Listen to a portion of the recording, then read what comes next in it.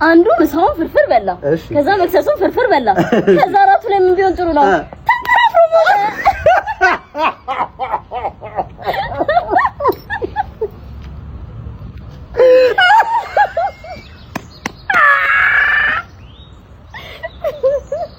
አራት ልጅ አቺ በእናትህ እንደዚህ ተጫዋቾች መጨረሻ ተስማም እና አራት እንብላና ዛሬ ማለት ነው